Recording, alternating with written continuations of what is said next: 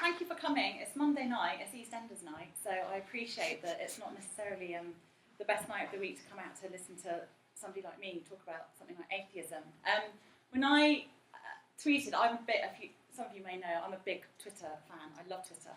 And when I tweeted about that I was doing this talk, I said, oh, come to this talk, it's cool, when it's wrong to be an atheist. And the responses I got were strong and varied, but also all had a certain kind of pattern. They kind of fell into sort of like three groups. When it's wrong to be an atheist, a lot of people tweeted me back saying it's never wrong to be an atheist, ever. I thought that's nice, confident, good, bold, like that. Other people said, and I quote, it's wrong to be an atheist because God proves that theism is right. I get that a lot, which I'll talk about later. And then the other really common response was, oh, no one's really an atheist because at the very point of death, who dares to call themselves an atheist? Who would dare to be an atheist? The idea being that somehow, when you're on your deathbed, that is the one time that despite everything that you've said, every way that you've lived your life, every denial of God and theism and religion that you've made, it's at the very point of death when you're going to be faced with that notion that actually, are you sure you just want it to be, this is it? That somehow your mortality is going to force you into recognising and accepting that there is a God, therefore there is an afterlife, and therefore this isn't the very end. So I was quite surprised by these statements. I did spend a lot of time tweeting people back going, have you read my Twitter biography? You do know that I am an atheist. I say I'm an atheist on my Twitter. And for those of you that don't know, yes, I'm an atheist. I'm head of department of Theology and Religion, and I'm an atheist. Always have been. Always will be, and I will come back to that later. But the reason I'm talking about, when it's wrong to be an atheist is that there are a number of contexts in which I think it is wrong to be an atheist. And I'm not necessarily saying the reasons for for it being wrong to be an atheist are necessarily right. But so often I've been accused of being, it's wrong for me personally to be an atheist. And there is a certain kind of atheism that's completely wrong, and that's the kind of thing that I want to talk about a bit tonight. Now, obviously, when you kind of take a step back, there are certain parts of the world in which, of course, it's wrong to be an atheist. In lots of parts of the world, it's illegal to be an atheist. Some examples recently, last year, an Egyptian student was imprisoned for a year for posting on Facebook about his atheism. In Saudi Arabia last year again, Saudi Arabia declared in a huge sort of repackaging of certain sorts of pieces of legislation, Saudi Arabian government decided that atheism was the equivalent of terrorism. To be an atheist was to be the same as a terrorist. The reason being that to be an atheist and a terrorist calls into question the sorts of principles on which the security of civilization within that particular country is based. So therefore, to be an atheist was to challenge the principles on which the state was constructed, in this case the religious principles, and therefore was akin to causing harm to public well-being in society. It's a threat to public order. And then just a few days ago, a blogger, an American Bangladeshi blogger, Avijit Roy, who's founder of a blog called the Free Mind blog, was attacked on the streets of Bangladesh, he and his wife, and he was hacked to death for posting stuff about atheism, secularism, free speech, liberal approaches to understanding the way that the world works. In that kind of context, it's wrong to be an atheist. In that kind of context, there are a lot of people out there, both state-endorsed, state-empowered, but also socially powerful in terms of their presence on the streets, who will say, yes, it's wrong to be an atheist. An atheist somehow represents dangerous disorder, somehow represents a challenge to stability, normality, and a challenge to the very sort of nature of the universe itself, the way in which we understand how the universe works, what our place in the universe is. And in all of these cases, whether it's the Egyptian Facebooker or our Bangladeshi blogger, atheists are othered as a means of being dangerous. And this danger is a form of disruption, it's a form of harassment, social harassment, to even say these things out loud is somehow to be harassing those that don't share your views. But most importantly, to be othered as an atheist, particularly in those parts of the world in which it's illegal to be an atheist, is essentially to challenge a dynamic of power and authority that any particular society holds. And so, you know, the way in which Western media, for example, has responded in the last 6 months, 12 months to these examples of atheists being imprisoned, tortured, murdered, put to death by the state, Western media tend to say this is absolutely shocking, this is appalling. They take a stance that somehow not only is this against basic human rights, where supposedly we should be able to live and think and speak freely, but also they said that this was somehow intellectually and morally abhorrent, somehow that this was a deviation from the things that within Western culture we privilege and hold dear. And I found that quite interesting because, you know, once you get past the shock and outrage, and justifiably the shock and outrage of a man being murdered in the street because of his atheist views, once you get past, in Western media, that shock and outrage, that kind of appalled horror, you kind of dig away at the various columns that have been written and the various think pieces that have been done, the various people that have spoken on TV. And you see that actually what's going on, there's a kind of cultural preferencing of Western values. This is not what we think. We think that atheism's fine. We think that you can say whatever you want and it doesn't matter. We uphold everybody's rights to believe whatever they want to believe, equally not to believe whatever they don't want to believe. We wouldn't put anybody in prison. We wouldn't harass anybody. We wouldn't try and silence anybody. We wouldn't try to quell or shut down the representation of any kind of atheist or secularist or humanist perspective. But actually, when you take a step back and think about our own Western context, and my experience very much has been that there's a lot more going on underneath the surface within Western cultural and social preferences than meets the eye. Just as within these other parts of the world where atheism is illegal or massively disapproved of, yes, it's a cultural preference. Yes, it's different from the way in which atheism and secularism is responded to in the West.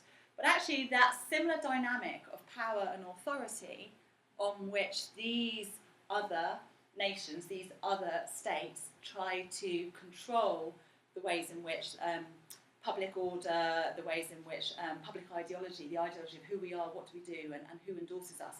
The way that kind of dynamic of power and authority, actually we have similar examples of it in the West, in the UK, in Europe, in the US in particular. And what I was wanting to talk about tonight is basically some examples in my own experience of where I've come across this dynamic of power and authority and where I found it difficult. Obviously, people have threatened to kill me, but that just comes with the territory of being on Twitter and being a woman. You know, I haven't had, you know, my life is not seriously at risk from being an atheist. I know that. I live in a relatively secure, safe environment in the UK, particularly in Exeter, where there's a bit of car crime and that's about it, but we're very lucky. But thinking about Western responses to the sorts of things that happen to atheists elsewhere in the world, it did get me thinking, we're not all being a little bit hypocritical here when we take this kind of moral high ground. This is appalling. How dare Saudi Arabia do this? How dare the Egyptian government do that? Are we taking a little bit too much for moral high ground? Is it too easy for us just to retreat to our safe, Western, privileged, more authoritative, more understanding, more humanitarian perspective? So these are the kinds of things that I've been thinking about when I was asked to come and talk to you tonight. Obviously, unless you break the law in this country and you're an atheist, unless you break the law, you're not going to go to prison. So unless you're inciting violence, inciting hatred, unless you do something that causes somebody physical harm, you're not going to go to prison for being an atheist. It's as simple as that. That's the way that it is in the UK. But actually, socially and culturally, both in the UK, in Western Europe and the United States, there are ways in which it's still wrong to be an atheist. You can still be wrong to be an atheist. And I've encountered this for my many sins over the last few years in particular. So, for example, an obvious example is a survey was published in the last couple of months that talked about American politics. And this survey made it very clear. So here we've got the United States of America, which has deliberately separated faith from politics. So unlike in the UK, where we have an established church, the Church of England, we have an official religious presence in our governing body. In the United States of America, there is no established church, there is no established religion. There's very much a distinction between church and state.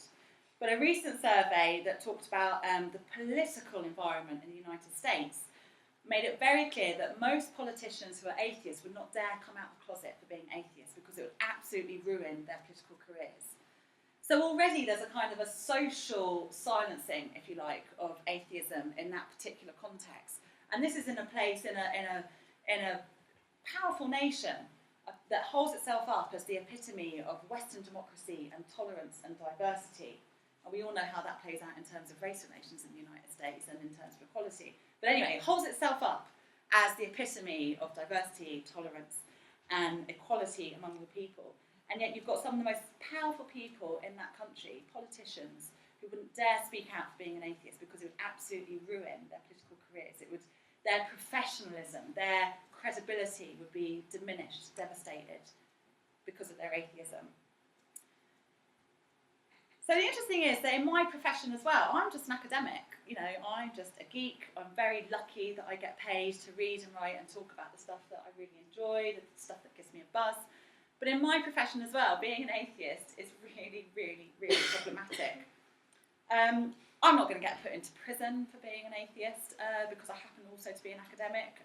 I'm not going to lose a career because I'm an academic, but my career has been massively impacted by my atheism. Because in theology and religion, as an academic discipline, quite often, more often than not actually, to be an atheist is to be wrong. Theology and religion is a very strange discipline. It obviously began, theology is often known as the Queen of Sciences. Historically speaking, it's the Queen of Sciences, has been known that way for hundreds and hundreds of years, because when the universities in Europe and particularly in the UK first developed, in the medieval period, they're very closely tied to monastic and scholastic ways of thinking about what it is to be in the world. And theology obviously played a major part in that.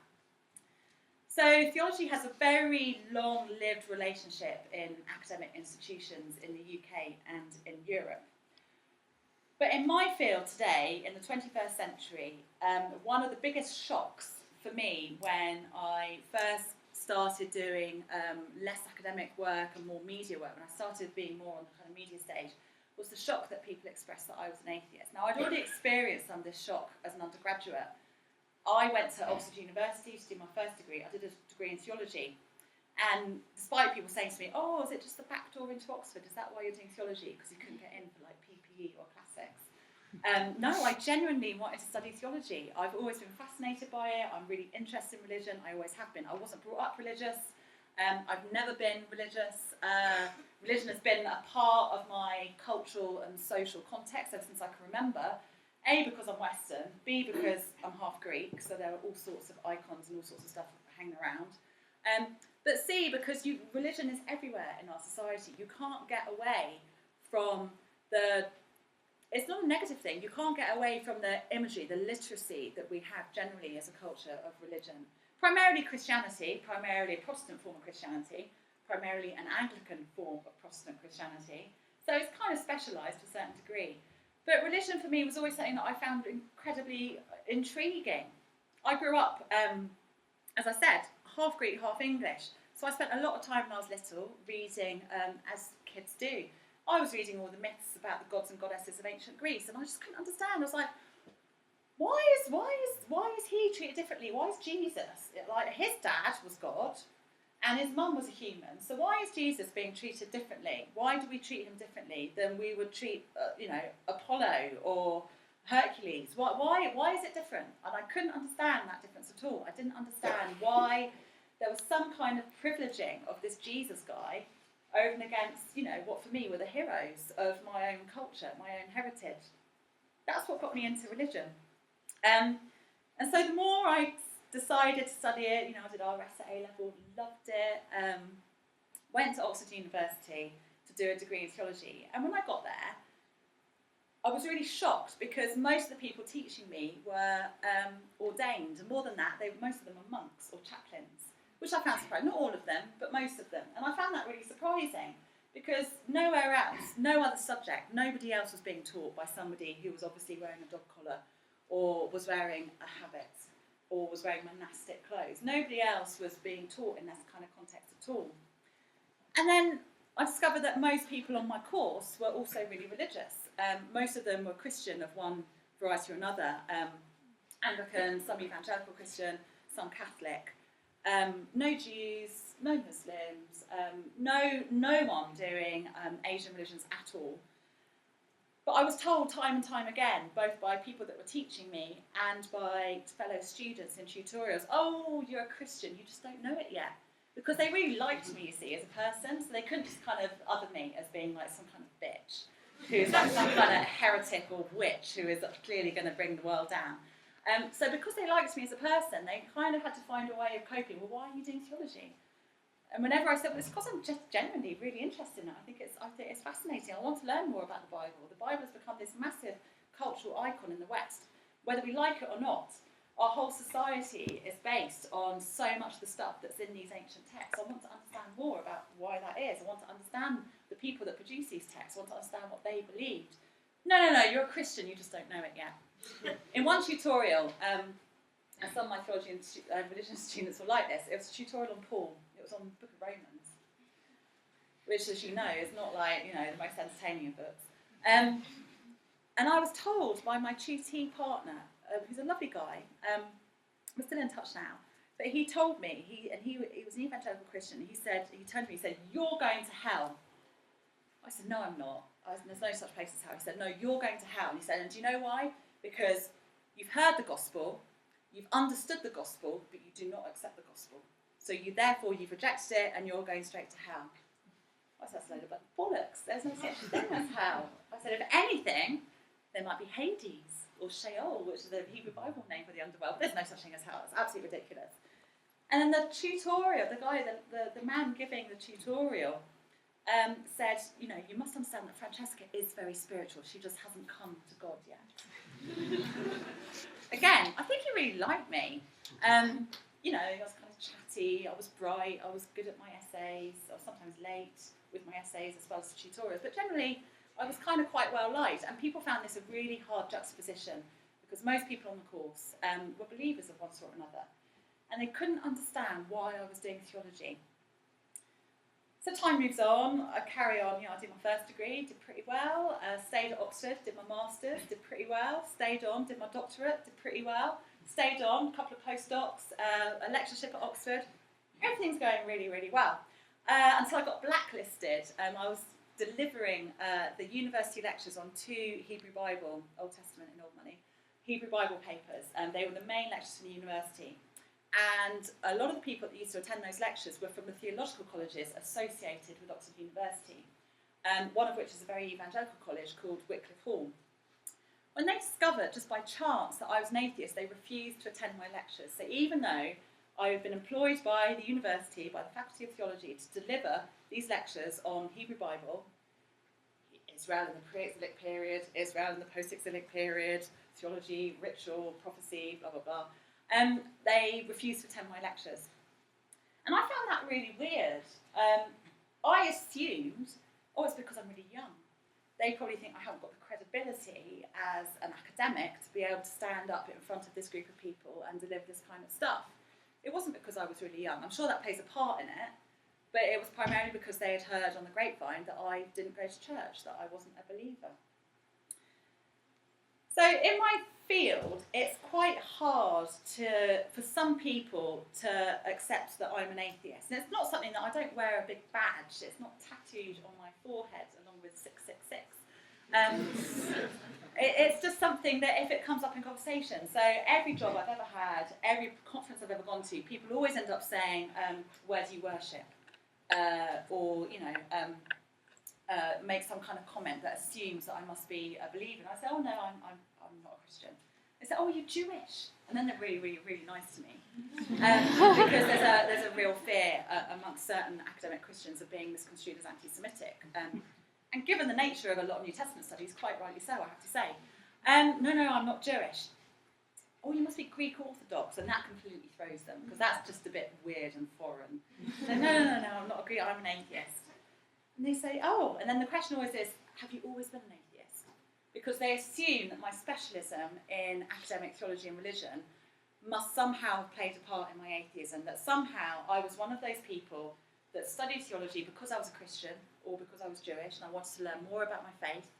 And the more I studied, the more damaged I became by my studies, to the point at which I lost my faith. And I hate this assumption, because I hear it all the time when I talk to new applicants at open days and new students. There's a huge number of students that come wanting to study theology and religion. They say, I've been told if I study it, I'm going to lose my faith. My priest has said this, my friends have said that. It's ridiculous. You don't lose faith, from, as far as I can see, from studying something intellectually and academically.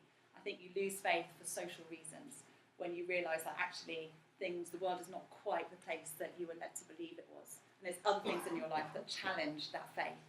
And in my experience, very few of my students lose faith. A lot of their faith changes, but I'd like to think it becomes deeper, more rigorous, more textured, a richer kind of faith, and they come away being far more tolerant of other people's positions and perspectives than they would have done had they not studied theology and religion. That's what I'd like to think, and I think that's probably true.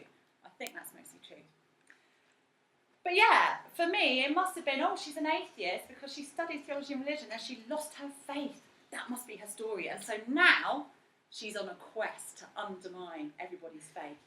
That's what she's doing by being an academic theologian. Well, that's not true either. I just really like the subject. It's just really, really interesting. And that's the thing. So it's not just from students that I get this. It's not just from young people. It's not just from people outside of a university context who assume, oh, she must have been at some point religious and has now lost it, or somehow this must have played a role. God must have played some kind of damaging role in her life. I've never been religious. I've always been interested in religion, not because I want to be religious, but because I'm just really interested in people. And it's people that do and make religion, and that's what interests me. But I've also had this kind of assumption, as I said, from other academics, from people that I go to conferences with, from other academics and other departments, both theology and religion departments and departments outside of that, from universities elsewhere, from all over the world. And again, my field is a field that tends to be dominated by people who are religious. Because I specialise in biblical studies, they tend to be either Christian or Jewish. And because I'm so interested in the history of these particular texts, they assume that I must be on some kind of a quest to find out the truth, to prove or disprove the Bible.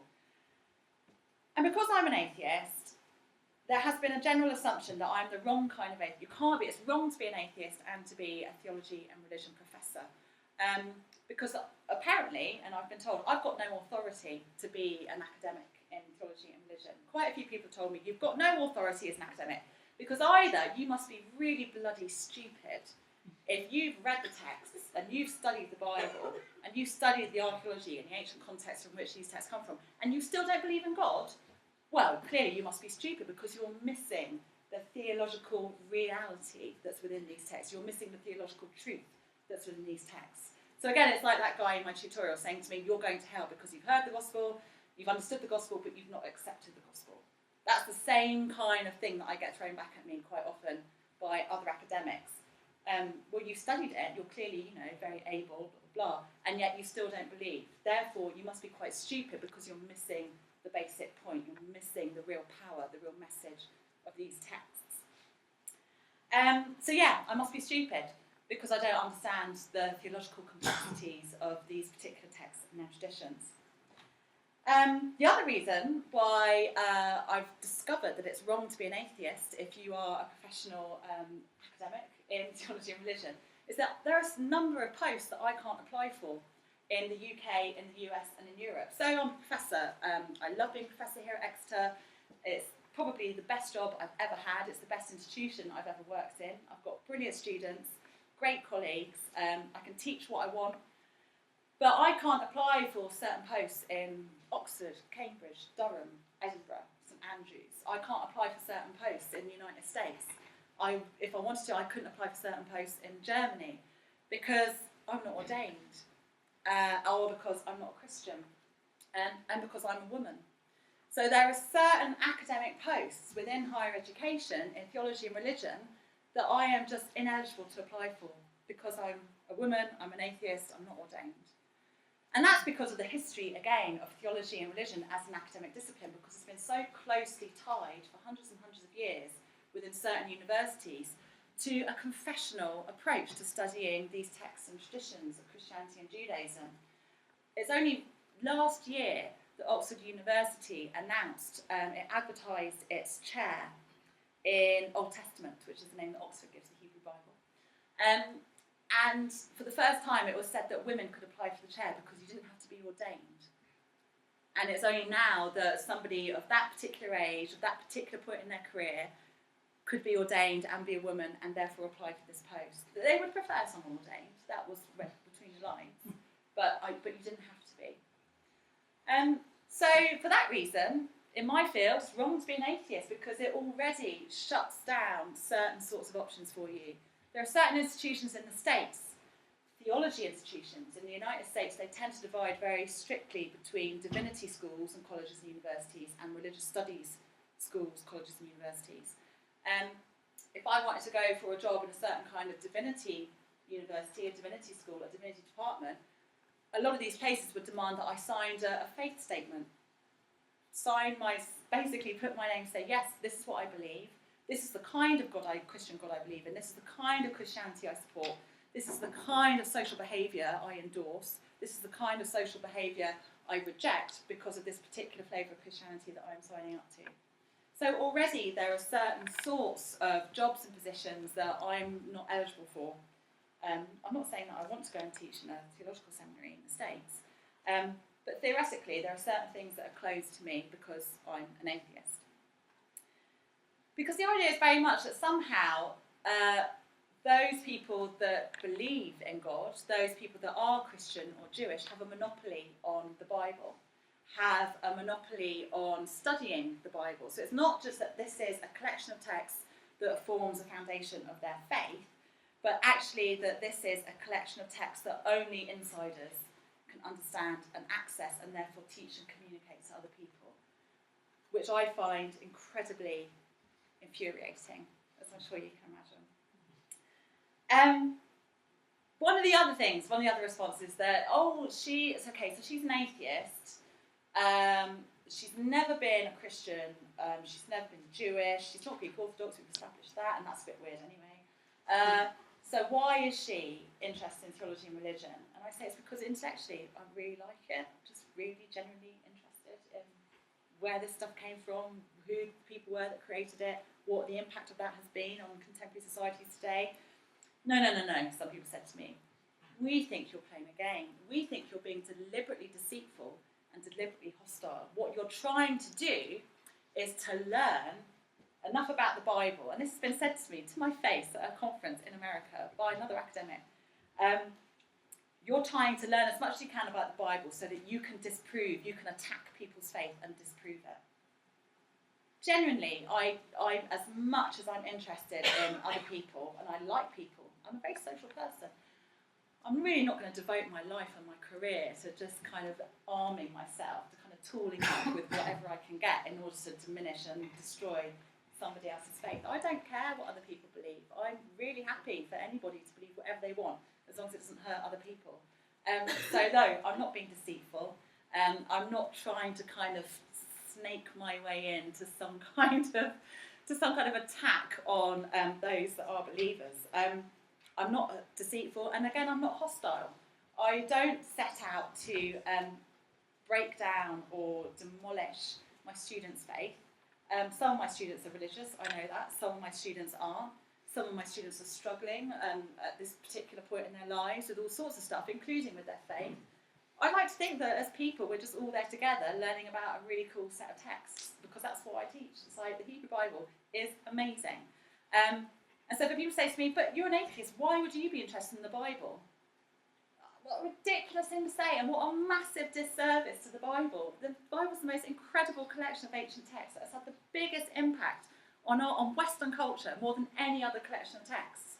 So to say, why would you be interested if you're not religious, seems to me to be as a statement of stupidity and idiocy. genuinely, why wouldn't I be interested in the Bible? Do I have to be a Marxist to teach Marxist politics? Do I have to be an Elizabethan to teach Shakespeare? Of course I bloody don't. So why can I not be an atheist and teach the Bible? It just seems ridiculous to me. Can you tell that I've had quite a lot of stuff in my life? So, in my field, it's kind of wrong to be an atheist for a lot of people. And then it got worse when I went on the telly. So it just happened that I did a few, because people are interested in religion. The media is always interested in religion, particularly since 9/11, which speaks volumes about the othering of Islam in the West, but we can talk about that later if you want. But particularly since 9/11, there's been a renewed interest in religion and the realities and the history of certain forms of religion. And the media took a turn, again, since sort of 9/11 in particular. It went through this phase of making documentaries where they get famous, they'd get kind of telly household names to make programmes about religion. So they got Anne Widdecombe to make a programme about the Ten Commandments for Channel 4. And I happened to get called up by the BBC. I've been talking to them about, I've been advising on another programme thing they were doing. And they said, Anne Widdecombe would like to interview you about Moses and the Exodus. I was like, yeah, okay, fine, great, brilliant. There's a few funny stories I can tell you about that, but we'll do that when I'm not my time. So along I went to be interviewed, and it was very much the case that here is a woman who, she's a politician. She had already by this point retired from her role as an MP. It was before she did Strictly. But, she was a pretty high-profile name. And she interviewed me, and I said, no, I don't think Moses existed. As a historian, I don't think Moses existed. The Exodus, no. I think it's an amalgamation of lots of different traditions that are very, very, very much later than the period in which the biblical writers set. So no, I don't think that was an Exodus. Ten Commandments, yeah, they're not that unusual. They're not that different, and actually they're quite late. We've got lots of different versions of them. And she was absolutely appalled. And after the interview that was shown on TV, she turned to the camera and she described me as being an example of aggressive atheism, which I thought was hilarious. I thought, what was aggressive about that? I was really nice to her. I wasn't pulling her hair. I wasn't calling her names. I was just saying how it is. But this led on to me then doing a TV series with the BBC that was called Bible's Very Secrets, and it was basically about me wandering around the Middle East, basically going to various sites, looking at various different artefacts, and looking at the way in which archaeology either supports or challenges the historical reliability, if you like, of the Bible's claims about things like King David and his empire, about the nature of monotheism, about the Garden of Eden, that kind of stuff. Just your bog standard level 1 first year university kind of course, to be honest. But my God, did some of the people in my field kick off. So I was expecting people like viewers to kick off. I wanted those people. I already knew that those who had some kind of an interest and investment in the Bible would watch. You're always going to get those people watching those kinds of programs because they're already interested in the Bible. What was really important for me was to get the people that think that the Bible's boring, irrelevant, somehow, a dusty old thing that's a relic of the past. I wanted those people to watch, and they did. They loved it. A lot of Christian and Jewish people loved it as well. How fantastic to get these archaeological sites and to get these sorts of debates on mainstream TV. This is brilliant. A lot of the people in my field were really not happy. There's a certain kind of amount of gatekeeping that goes on in any academic discipline, and I would be lying if I said there wasn't. There's all sorts of gatekeeping that happens in any profession, particularly in academia. To be a bit of a gobby woman, as I've been called, isn't necessarily the kind of woman that you want on TV representing your discipline, particularly if she's an atheist. And I didn't say on TV that I was an atheist, it just came out in the press. It came out over the press alongside articles that said, shock horror, BBC appoints atheist to front Bible programme. This is another example of the BBC trying to bring down the establishment. My best one was shortly, the one that made me laugh the most was shortly after the series, it was shortly after it was broadcast. The website Ship of Fools, which is a bit of a kind of a piss take website, published a big article on April Fool's Day. No one noticed the day, or very few people did, that said, Francesca Stavrakopoulou and Richard Dawkins are going on a tour of the UK in an open-top London bus. And apparently we were going to be going around churches and synagogues all over the country and protesting against God, with the hope that we would be shutting down churches and synagogues in our wake. Now that would have made an amazing story for the ref and impact for those academics that know what that is. But obviously it wasn't true. But I was expecting that kind of response from those outside of academia. It was funny, it was humorous, and yes, it is quite unexpected to have an atheist who happens to be a theology and religion expert. But the response I had from some people in the guild was much more unsettling and much more upsetting. I belong to a number of academic societies that number hundreds and hundreds of members all over the world. We're all academics, we all teach, research, publish. And to my face, they were very nice. Oh, we saw your programme, brilliant. A lot of my friends and colleagues emailed me saying this was fantastic, this is great, it's really raising the profile of our discipline. But then I had an awful lot of people that were very, very, very cross with me. In fact, one particular academic wrote an open letter which he sent around to all the members of this particular academic society that I belong to. We're talking about 500-600 people, all big scholars in Hebrew Bible, all over the world, in which he absolutely,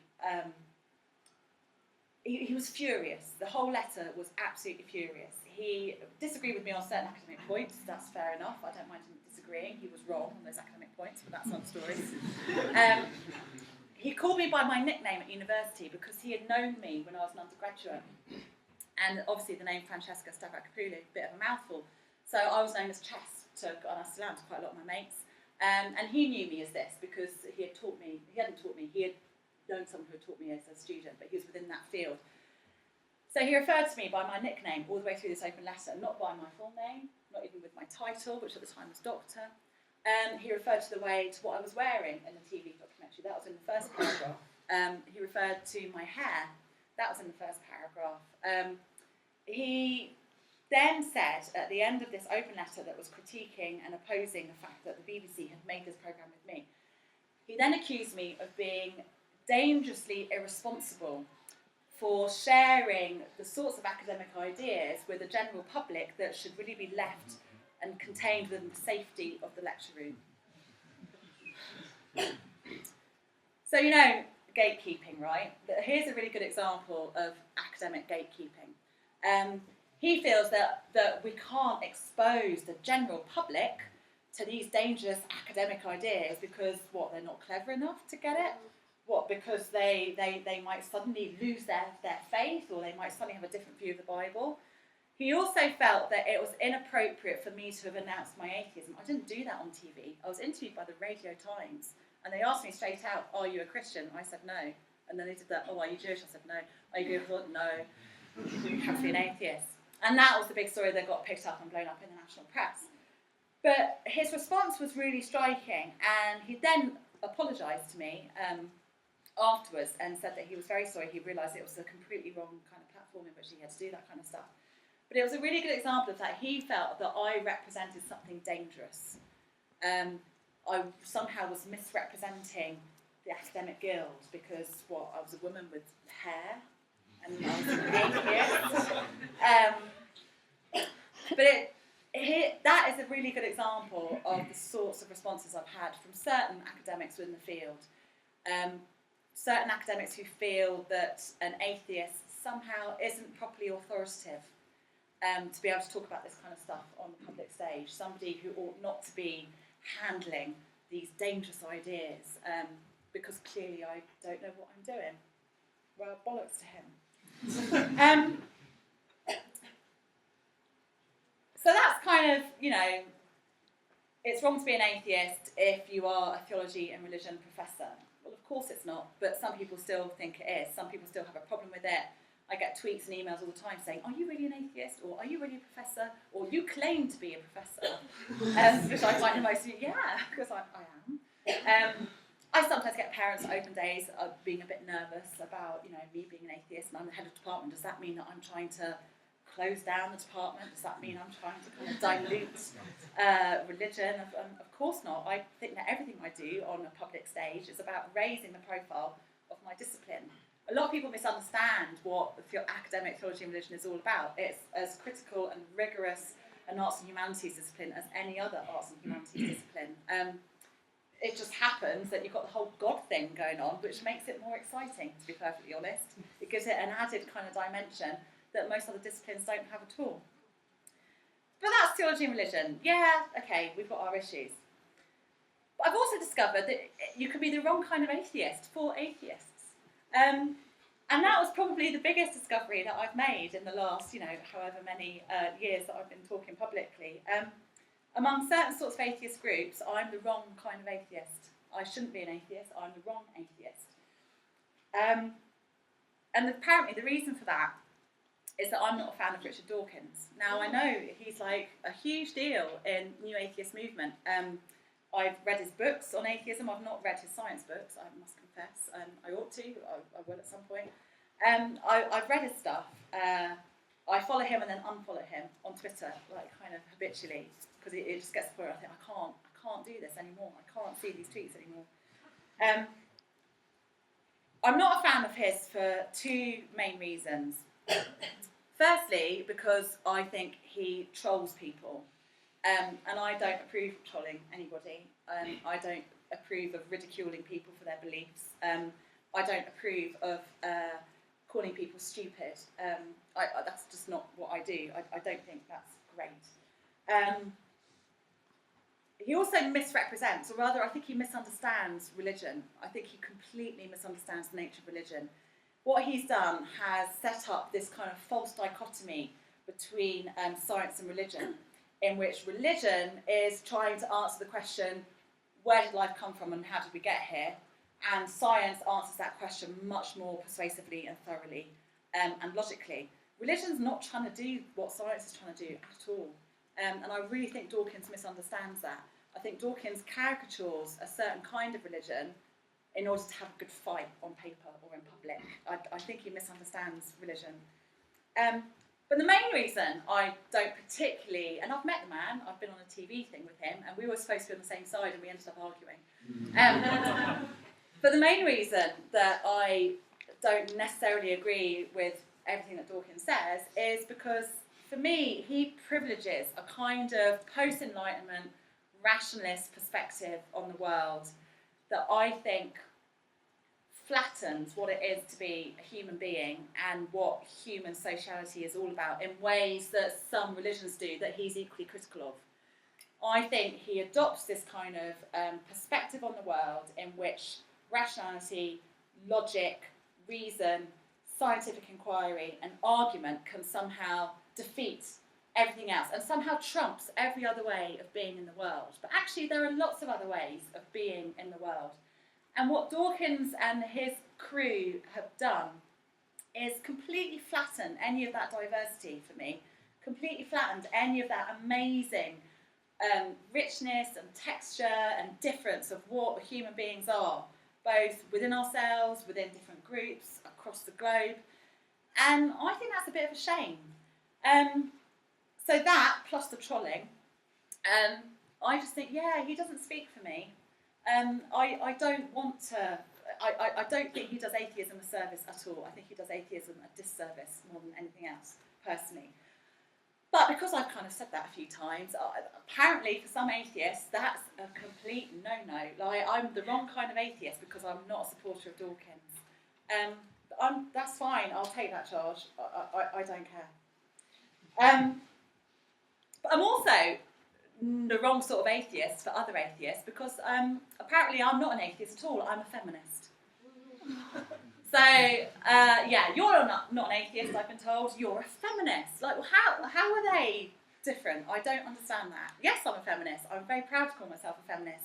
A feminist is all about wanting equality for all peoples. How does that kind of sort of juxtapose awkwardly with atheism? I don't get it.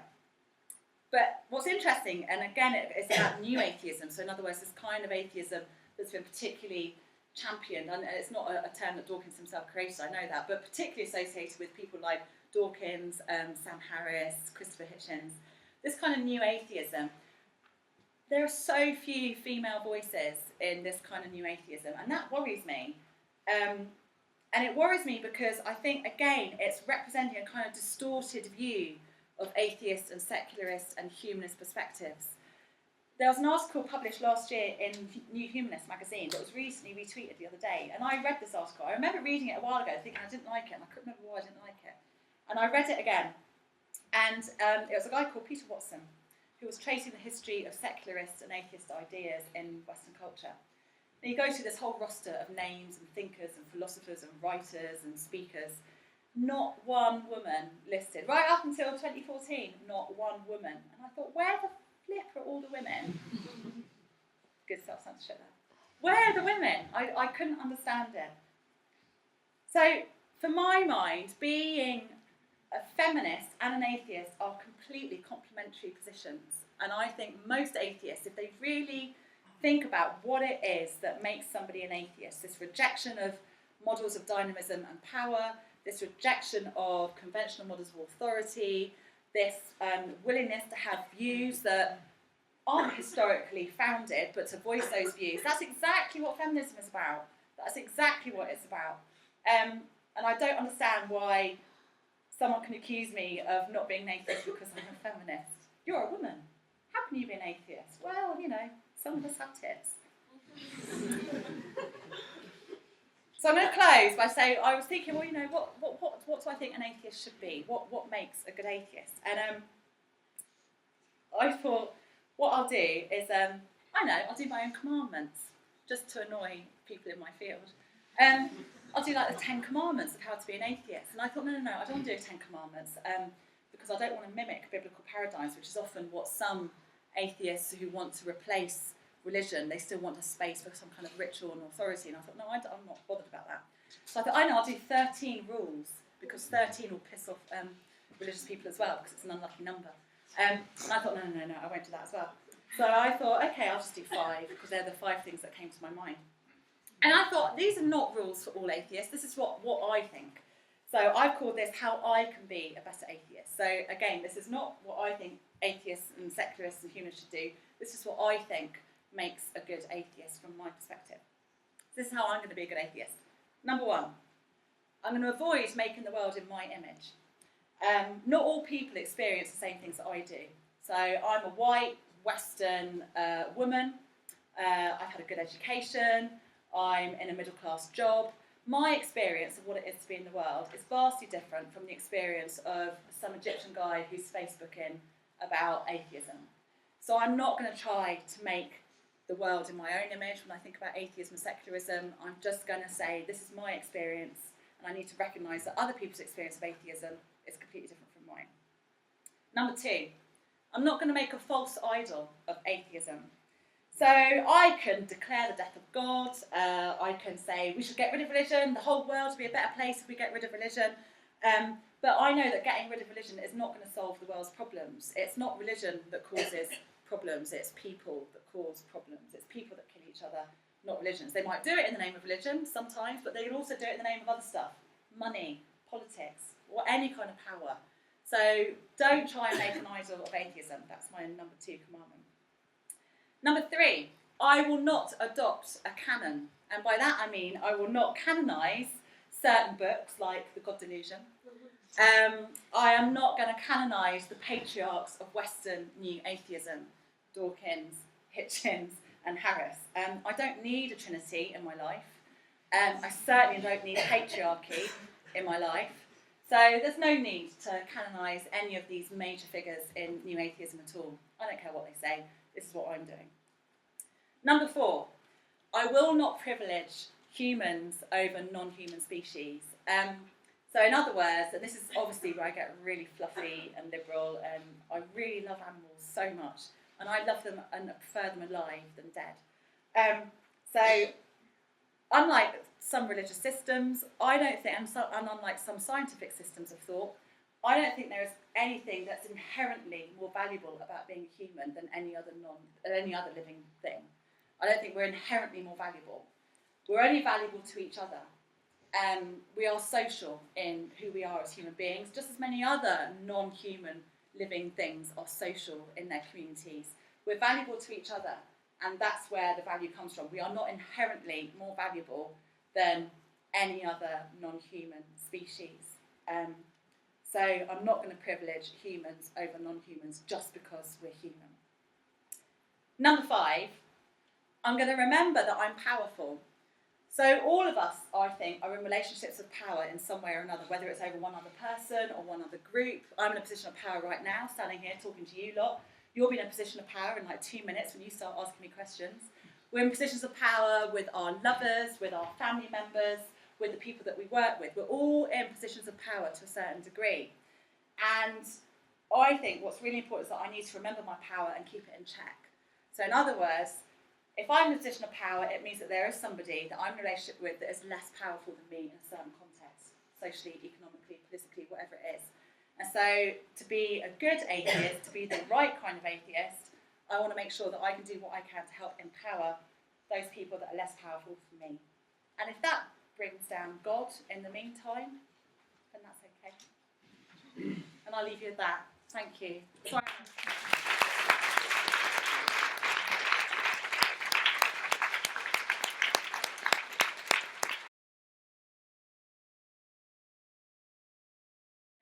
Yeah. Like religion and atheism is portrayed in the media, and whether you like the way it's portrayed in the media at the moment? How religion and atheism is portrayed in the media. I think, again, there's a bit of a false dichotomy going on, and a bit of a caricature, and the only kind of atheism that tends to be highlighted is the new atheism that I do find really flawed, as you can probably tell. So there's more I'd like to do, whether there's a space for it or not. I think in terms of TV, it's always going to be a caricature. Everything you see on TV is always about, unlike something like radio. When you're listening to the radio, you could be doing other stuff. You could be doing the ironing, washing up, driving, whatever. So they're not particularly concerned about keeping your attention. They know you're going to keep listening, and you can be doing other stuff. With TV, there's always the kind of 3-4 second rule. Someone will be flicking. They'll be like, right, I'm not interested in this. I'll turn over. And so if TV necessarily has to be a more visual element, then it has to be necessarily about content and debate. So I think the better representations of atheism and religion happen on radio and in print rather than necessarily on TV.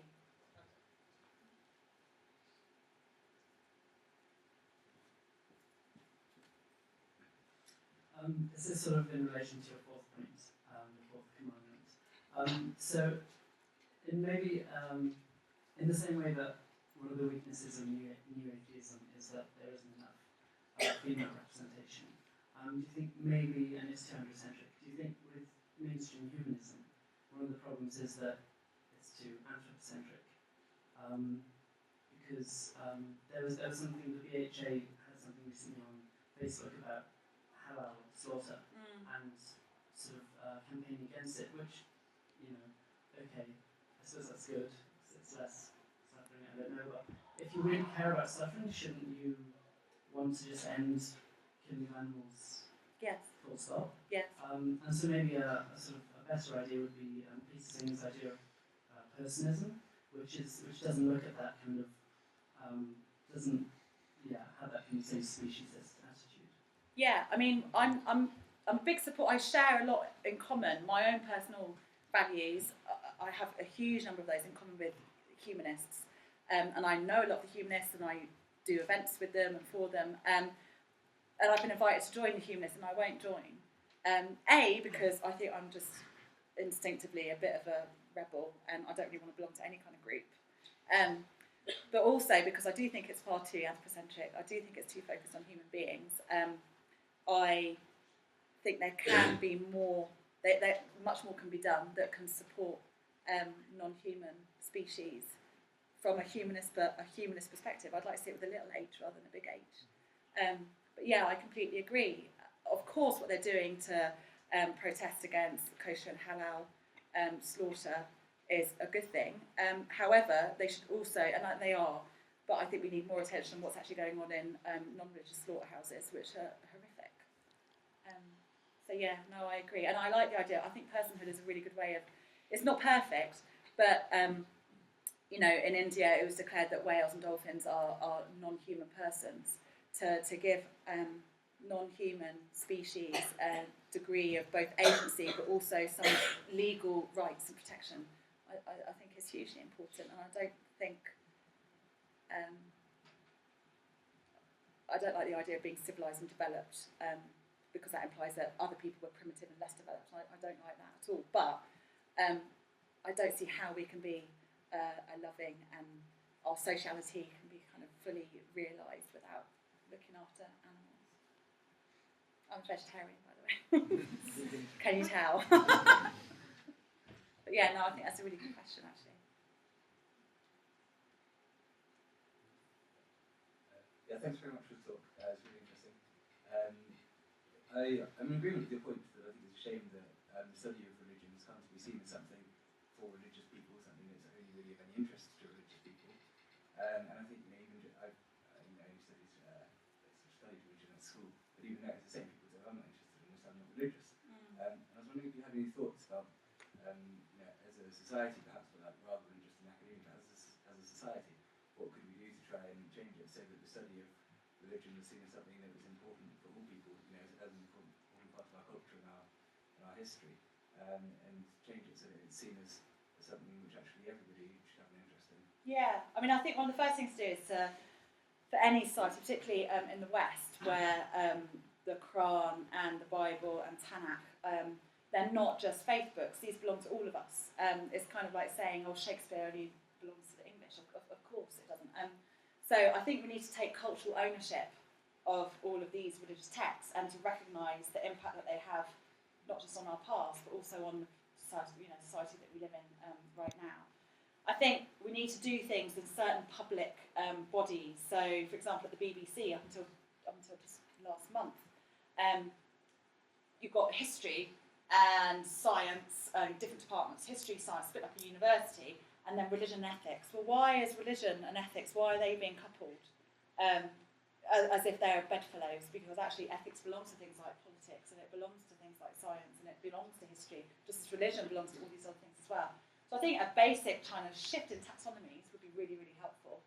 Get the bloody bishops out of the House of Lords, because I think any kind of official, and I know that there are other religious representatives in the House of Lords as well, but I think we should have a completely established church. I think we should have a completely secular legal and government and political system.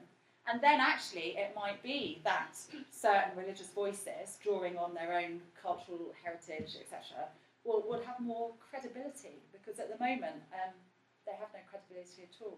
And the other big thing is to point out, and that's what I try to do, and that's what a lot of my colleagues here at the department and elsewhere try to do, is point out just how religiously literate we are as a society.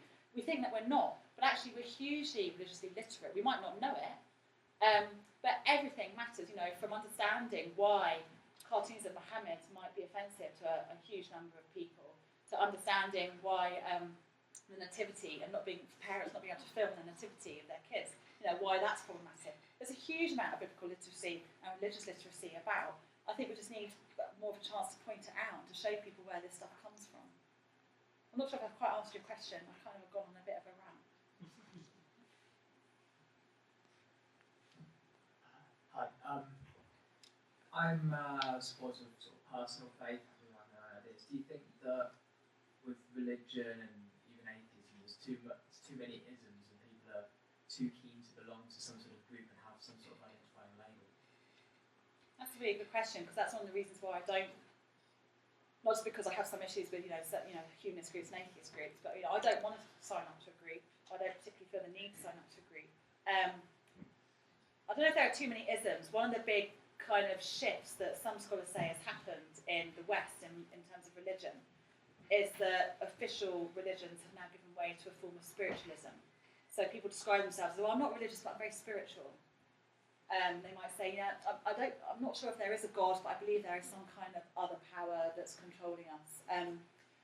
The rise of new religious movements, including forms of neo-paganism, which I think are really interesting and actually answer and address some of the questions about animal life and welfare and sort of the environment that I think is lacking in a lot of mainstream religions. So are there too many? There've always been too many. We've always had so many. There's always been diversity in different groups of, in terms of values and religions, etc. I think we need to recognise that not all atheisms are the same. I think that's what I was trying to say tonight, really. But do you think there are too many isms? Or not enough because what if there's 7 billion? Yeah, that's the thing. I think everyone's experience of what it is to be a human being, a person, is actually, of course we've got lots and similar, and we need to find solidarity and comfort and sociality with certain groups, but we do that, and I kind of like the chameleon nature of human beings as well, that that we can flit in and out of different groups, and it doesn't matter. You don't have to belong to one tribe, unless you're a Brentford supporter.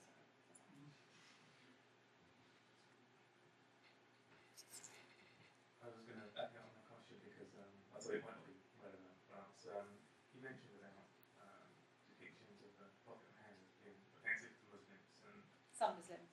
to some Muslims, and we've all seen evidence of that. But my question was, it's not. It sounds like it's going to be really controversial. It's not. But like Jesus is a prophet for Muslims as well. But there's pictures of Jesus on Christmas cards and everywhere. So why the difference? Why aren't there massive problems with that? Well, within Islam, it's because Muhammad's got a very distinctive status compared to other prophets within Islam. So that's fine. Just so equally Allah isn't portrayed. Muhammad and Allah are very, almost, share a similar kind of status.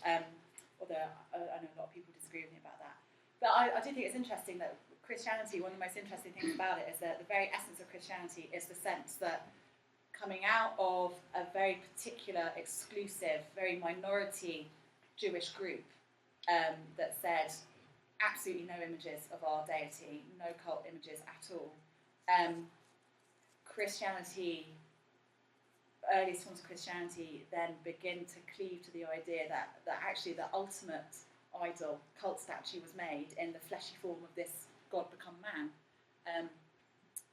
And then Christians have images of this God become man up on crucifixes and in churches all over the place. So yeah, are Christians breaking one of the 10 Commandments? Yeah.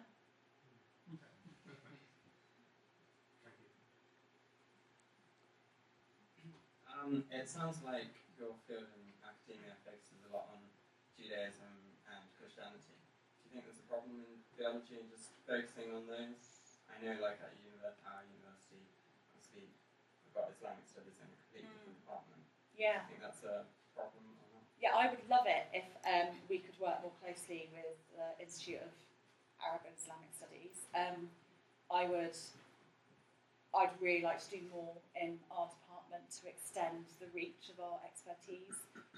So in terms of, not just in terms of Christianity, Judaism, and obviously Islam here on campus, but I'd love to do more comparative religion with a lot more Asian religions in particular, but also a lot of the the new religious movements that we've got in the West as well in particular.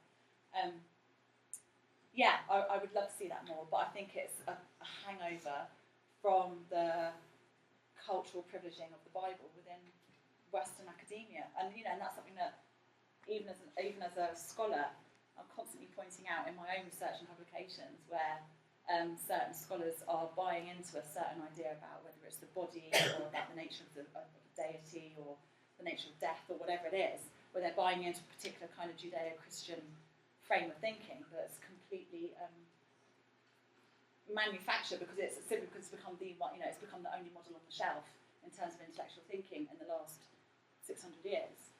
But that's because of the nature of Western intellectual tradition. So yeah, I'd love to do more to expand and diversify the sorts of stuff that we're able to teach and research on campus. So I'm going to abuse the right of carrying the microphone now to ask a question about how does the atheist theological community act as a group with its interaction, both with other atheist theologians and with theist theologians itself? So how does the two groups? You mean in my professional discipline? Yeah. There aren't many of us that are atheists. How many? I can count, like, of people that I know and talk to, 5, including me, in biblical studies in particular. And yeah, some of us, you know, yeah, we get on, but we don't really talk about this kind of stuff because we're normally fretting about deadlines and trying to get grants and when am I next going to have study leave and that kind of stuff. But it's weird because I suppose that's what I mean about being in a group, is that just because I'm a woman, I don't necessarily do things like feminist criticism of the Bible.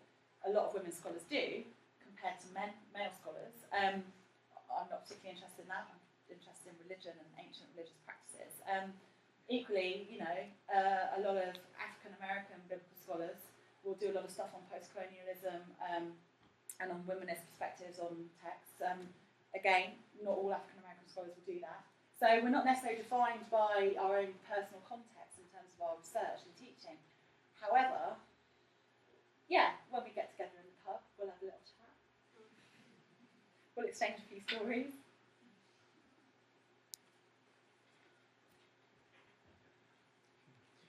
Do you think that being atheist and a biblical studies scholar has allowed you to ask more challenging questions about ancient texts? I think some of the theories that you put forward in the television series that I saw, Bible's Code Secrets, were raising issues that I've met other theologians and historians put forward. For instance, challenging ideas about monotheism, which I know are there within academia, but don't usually get aired. Yeah, I think if the BBC had happened to, you know, they approached me. I mean, despite a lot of people saying, "Oh, they only asked you because you're a woman," and one person said, "It's because you've got a nice smile. They want to put you on the telly." Thanks. You know, actually, it's because I'm bloody good at my job and I know what I'm talking about. But I think if they'd have happened across a scholar, you know, say if I had been Jewish or Christian, I think I would have presented some of those ideas differently on TV, because I wouldn't have felt comfortable presenting what clearly some religious people find uncomfortable. I don't think I'm necessarily, in that TV series, I wasn't saying anything that I hadn't been teaching either at Oxford or at Exeter. I've written and published about it, but I do think that as a scholar, I do think I'm able to ask questions of texts and artefacts that perhaps scholars coming from a more culturally confessional perspective, it just doesn't necessarily occur to them. So it's not that I've got a better knowledge or I'm more objective, we're all biased in a way, but I think I'm just coming at it from a different angle, and that helps. Does that answer your question? Hi. I agree with your point that it's people that kill people, not religion that kills people, but I just wondered how you conceptualise the role of religion in causing conflict, or whether, you know, it as a divisive force. Yeah, I definitely wouldn't want to let religion off the hook. Of course, it's not only been used to support and perpetrate unimaginable death and horror. Of course, it has. It's also been the cause of that. And you can see the way in which certain biblical texts have been used to support genocides across hundreds and hundreds and hundreds of years, for example. But at the same time, I think it's about the hierarchy of religious systems. It's about power. And once you've got, so for example, in Egypt and Saudi Arabia, these rulings against atheism are so effective because, in fact, these are states in which religious endorsement of state legislation and the cultural preferences of that particular society they go hand in hand. And so anyone critiquing the religious authority of that religious hierarchy is automatically critiquing the state, because the state has built its whole ideology on the back of religious endorsement. So it's a bit of a chicken and egg, I think. Religions don't have to be violent. They don't have to be violent. But of course they often are, because your God is better than my God, and I don't like that, so I'm going to prove that your God is not better than my God, and blah, blah, blah, blah, blah. And ultimately, we're all at the... Human bodies are relatively disposable when it comes to certain religious systems, particularly the major monotheistic religions of the West. Human bodies are very disposable.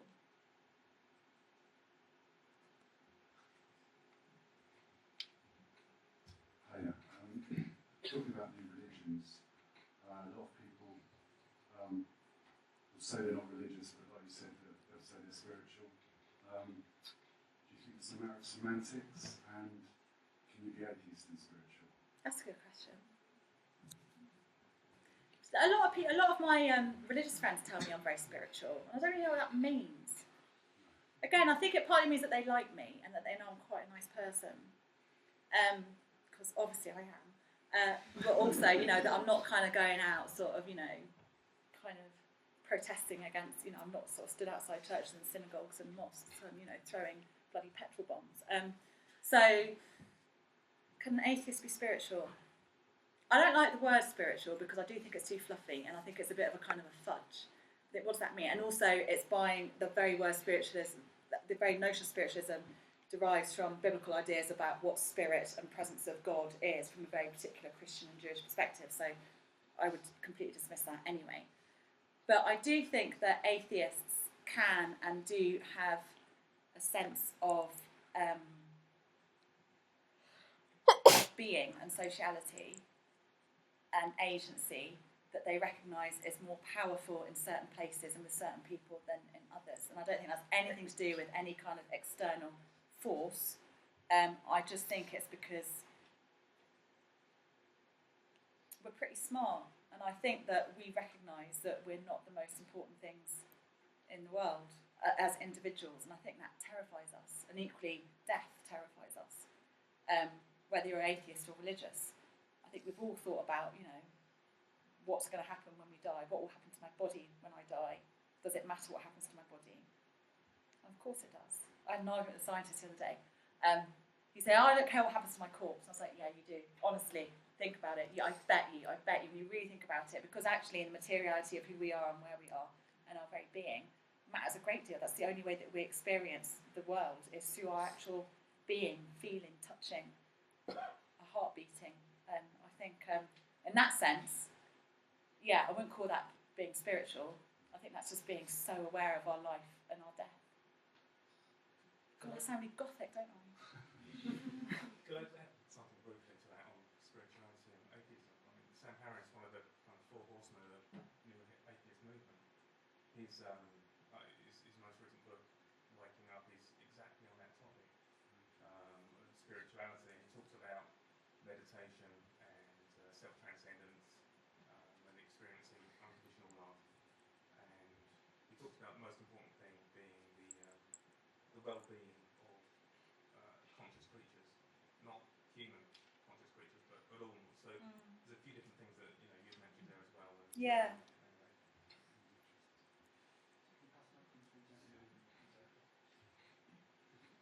I think we all liked your attitude that man is a social animal, we all like mixing together. And also, I think when you mentioned bishops out of the House of Lords, a cheer almost came up. So, social integration, and I'm thinking now about schools and religious schools. What do you think about that? And if you just cast your mind back a few years to Northern Ireland, what would have happened if they got rid of religious schools over there? Within a generation, arguably, problem would be solved, wouldn't it? Well, who knows? I doubt it would have been solved just by getting rid of segregated schools. No, but generally, I don't think education should be segregated in any way, at all, not even in terms of gender, to be perfectly honest. So I completely oppose religious schools, faith schools. I just don't see the point in separating people, particularly young people, particularly children, on the basis of what their parents think, or the basis of their ethnicity in certain contexts. Greek school, for example, is quite a common thing. So I don't, I'm against any kind of segregation in education, completely. More of them, aren't we? I know. Yeah. Roll on the general election, theoretically. Yeah. But I'm far too young to be able to cast my mind back to the ins and outs of Northern Ireland. But yeah, I'm not sure necessarily though that segregating, that halting segregation would have necessarily solved everything. Because again, it's not always about religion. It's about place and people and politics and power and economics. And I don't think they're easy to tease out. But generally, yeah, I don't think education should be segregated at all. So because we're pushing over time a bit, we've only got time for 2 more questions. So if you could have a the in the red jumper and the man in the back with the red shirt, white shirt. If you have any more questions afterwards, I'm sure we're going to get pencil around. We've got a table booked, so feel free to ask some questions there as well. Doing a bit bad now, we just took up 1 or 2 questions. I was just wondering, with certain atheists like Alan de Botton, I really like discovering him actually, because before I came to uni, I was one of these kind of arrogant atheists, I would say, at the age of 18.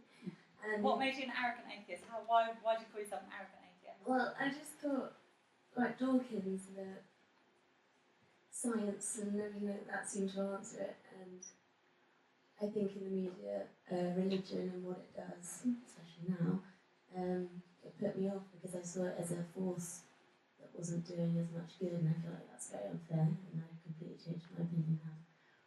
But I was thinking, do you think there are certain religious practices, like I know the Jewish Day of Forgiveness, that we could always learn from, and perhaps we wouldn't be able to come up with them if we didn't have religion? Do you think there are certain things that humans could just, like art, religion has been behind some of the most incredible, beautiful things that we've ever created? Yeah. Do you think just a love for humanity is going to be as strong, I would say, as strong a force? Because it seems like God, it can be the most powerful thing that we've ever got as a motivation. I think religion was inevitable for humans. I think religion would inevitably occur, but I personally think that's because of the things that I talked about the idea of embodiment and death and dealing with death and the reality and the physicality of your dead ancestor, your dead loved one. I think that's partly why we get religion. We'd have got art anyway without religion. So, do I think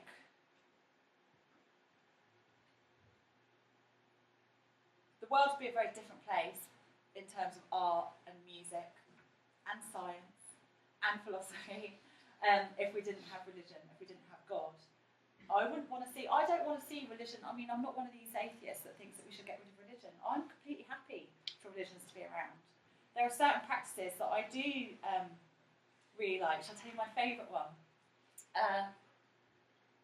In Greece, when you bury somebody in Greece, where I'm from, there's no earth. It's a very dry, rocky kind of place. So you bury the dead, and then you dig them up after about a year, 2 years, and you carry the bones, and then you put the bones in a bone box and ossuary. But before you put the bones in, quite often the women of the village will come and they'll pass the skull around, and like they'll all cuddle the skull and move on and like talk, like kind of tell stories and sort of sing songs, and you kind of have your food there, and it's like kind of like a feast of the dead, and then you go and bury the dead in either the wall of the church or in the floor of the church or something where all your other family members have been buried. And I like, and you've got a similar thing in certain forms of Judaism with ossuary burial that still happens in Judaism. And I like that. I like the idea that you go into the space of the dead, and rather than kind of marginalising the dead and kind of pretending and separating that they're not there, I think it's really important to be in touch with those kinds of things. Equally, evil eye rituals I kind of like as well. I think there's a lot of power in kind of what we do to our bodies and the symbols that we can wear and the things that we can manipulate. Not because I think they work, because there's some kind of magic going on, but because I think it's about control and power, and you asserting control over yourself. So yeah, I do think there are certain religious rituals that are fantastic and bring a kind of richness and an insight into life that we wouldn't necessarily have, but they're not exclusively religious. Yeah, that's a really good question. I do teach you. Go on, go on. I'd first like to express my thanks for coming and speaking to us. I really did enjoy listening to you. Thank you. I think you mentioned that you were a feminist as well. I was wondering if you had any ideas of how you could get more women into this kind of area of academia, and what your thoughts on that might actually be. That's a really good question as well. I mean, firstly, in my particular professional field, there are increasing numbers of women, which is great. we don't tend to hold there's not very many of us that hold senior positions in universities, but that's partly a symptom of academia generally, in which women have been overlooked for so long, and also just the general day-to-day of the career is not very female-friendly for those women that choose to have families. So that's one thing. So I think we need to change the whole. I think generally society just needs to like get away from this 9 to bloody 5 thing, and let's think about family arrangements and childcare and stuff more sensibly. And I think a 4-day week would be much preferable as well. And then it is week 7 term. But a way to get more women into atheist and secularist groups, I really don't know. Until people stop noticing the fact that we're women and just start seeing us as people, that would help. I get a lot of emails and tweets from people saying, "Oh, I really enjoyed this," and they always comment on how I look, which is really nice most of the time. But actually, I just think, well, when are you going to stop noticing that I'm female and just like start listening to what I'm saying? And I think until society changes sufficiently to the point where a woman is judged on what comes out of her mouth rather than how she looks, it's going to be a long time going. But there's a few of us around, and I'll keep being gobby for as long as people will listen to me. So, and one of the best things that I've ever done actually is in my particular job, I've got so many students that want to stay in academia. After their undergraduate, they're doing their masters and their PhDs, and so many of them are women, and that makes me really happy. So yeah, that hasn't really answered your question, has it? Have you got any ideas about how we can improve things? Yeah. People used to say it's because women aren't confident enough. And I don't think it's because we've got a lack of confidence at all. I think it's because, some people don't see women. Or if they do, they only see them as women, not as people with an opinion. And so until that changes. But I think we're doing pretty well. Like in my particular department, the men are overrun by women, which is great. Thank you for your question, though. It's a good one.